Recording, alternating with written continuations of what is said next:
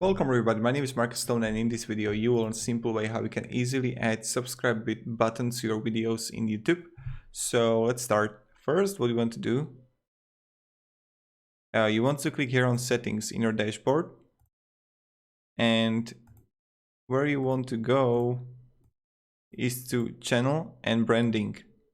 Here you will have this branding video watermark and you can replace it. So I will just write here to Google YouTube subscribe button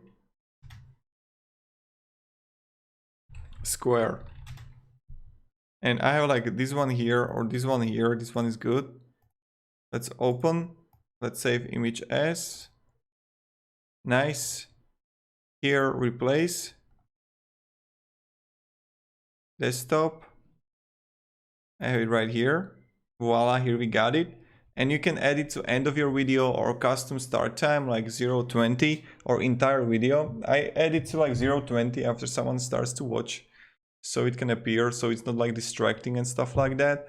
And that's pretty much it and how we do it. If you have any questions, guys, ask me down below in the comments. I'll be really happy to help you. And yeah, thank you everybody, have a great day and see ya. Goodbye.